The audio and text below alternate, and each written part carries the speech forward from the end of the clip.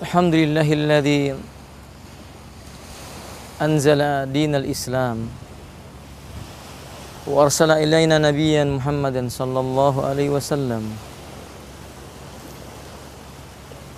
Allah telah memberikan kepada kita banyak nikmat, tapi diakui tidak semua manusia mampu mencerna dan mengenal nikmat yang Allah Subhanahu wa taala berikan kepada mereka. Jiwa kita tidak ragu lagi adalah milik Allah Subhanahu wa taala. Lahirnya kita di muka bumi ini juga dengan takdirnya Allah Azza wa Jalla. Ada nikmat yang agung yang sebagian kita mungkin melalaikan. Nikmat kita lahir dari seorang wanita. Jika ada makhluk yang patut dicintai setelah nabinya Allah Azza wa Jalla, dialah orangnya. Seorang yang tidak meminta kepada kita belas kasihan, seorang yang tidak meminta kepada kita balasan dari gemerlapnya dunia, seorang yang ketika kita ada di dalam perutnya, ia senantiasa berdoa dengan hati yang tulus agar kiranya zat yang menciptakan kita menjaga sampai kita keluar dari rahimnya. Sebuah permohonan yang sempurna. Seorang yang kalau seandainya ada yang patut dicintai di muka bumi ini, sekali lagi dialah wanita itu. Ketika Nabi SAW ditanya, "Wahai Rasulullah, siapa orang yang lebih aku cintai setelah Allah dan Rasulnya?" Ia menjawab, "Ibumu." Sesudah itu, "Siapa wahai Rasulullah?" "Ibumu." Sesudah itu, "Siapa wahai Rasulullah?" Beliau menjawab, "Ibumu." Ibu yang tetesan air matanya kadang kita tidak peduli dengannya. Ibu yang senyuman ketulusan yang muncul darinya mungkin kita sudah melupakannya. Ibu yang ketika kita memiliki wanita yang menandinginya, kita menyebutnya sebagai istri kita, ia tulus melepas kita untuk istri kita, tapi kita melupakannya. Sungguh wahai saudaraku, ini bentuk kedzaliman kita kepada kedua orang tua kita, kepada ibunda kita. Cobalah kita sedikit bertanya, apa yang sudah kita beri untuk dia? Untuk sosok makhluk yang Allah ciptakan menjadi orang terbaik buat kita. Apakah senyuman? Mungkin senyuman kita adalah tangisan baginya. Apakah kita memberikan kepadanya harta? Mungkin tumpukan rupiah yang kita berikan adalah kesedihan bagi dirinya. Sungguh wahai saudaraku kaum muslimin, saudaraku yang dicintai oleh Allah, ibu kita merindukan kita. Yang ia butuhkan langkah kaki kita menuju dia. Yang dia butuhkan kita memeluknya sebagaimana ia memeluk kita di masa kecil kita. Hari ini kita lupa, mungkin kita telah memeluk wanita selain ibu kita. Hari ini kita lupa, mungkin kita telah terasa merdu mendengar tangisan anak kita selain dari suara doa ibu kita.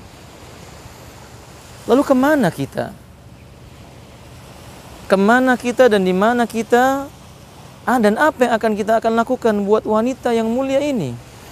Boleh jadi dia saat ini bangun dari tidurnya dalam keadaan tulang belulangnya sudah berbunyi seluruhnya. Tapi tetap dia berkata, "Robku, tolong ingatkan putraku untukku." Boleh jadi ia ada di depan tungku untuk memasak nasi, lalu dia teringat, Rabbku, sampaikan kerinduanku kepada putriku. Tapi kita hanya bisa tertawa di samping pasangan hidup kita. Kita hanya bisa merasa lega ketika memangku anak-anak kita. Kita lupa bahwa memeluk ibu kita jauh lebih mulia dari itu semua. Ibunda kita tidak meminta apapun kecuali kita datang, mencium keningnya, lalu kita berkata, semoga Allah menjagamu, wahai ibunda. Semoga Allah menempatkan engkau di sisinya di tempat yang mulia jika kelak ia menginginkan engkau mendekat kepadanya. Semoga Allah tidak menjadikan apa yang engkau amalkan sia-sia. Tapi itu jarang terlupa. Dalam sholat kita hanya berkata Allahumma gfirli. Kita lupa menyebutkan Allahumma gfir wali walidayya, wali ummi, wali abati. Dalam sholat kita atau selesai sholat kita atau dalam kesempatan doa kita berkata, ya Allah, aku hambamu, masukkan aku surgamu. Kita lupa, ya Allah, ibunda yang melahirkan aku, masukkan dalam surga bersama dengan diriku. Dalam rasa senang kita berkata, ya Allah, aku bersyukur atas nikmat-Mu tentang kesenangan ini. Kita lupa mengatakan, ya Allah, aku bersyukur dengan nikmat seorang ibu yang menjadikan aku seperti ini dengan izin-Mu. Sungguh zalim diri kita.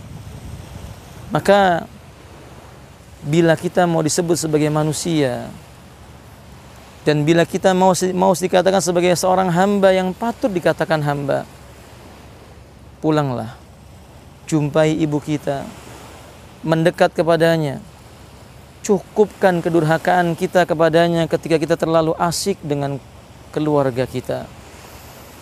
Pulang dan peluk ibunda kita ketika kita merasa bahwa nikmatnya pekerjaan dengan berbagai macam keindahannya telah melalaikan kita dari mendengarkan nasihatnya, menundukkan wajah di hadapannya, mencium keningnya.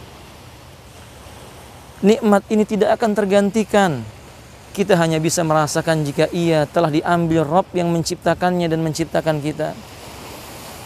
Jika kelak ia sudah terbujur kaku di dalam kuburnya, tidak lagi kita bisa melihat kerut wajahnya. Tidak lagi kita merasa kagum dengan uban yang berwarna putih miliknya. Tidak lagi kita bisa terasa harum nafas yang keluar dari hidung dan mulutnya karena nasihat yang ia berikan kepada kita.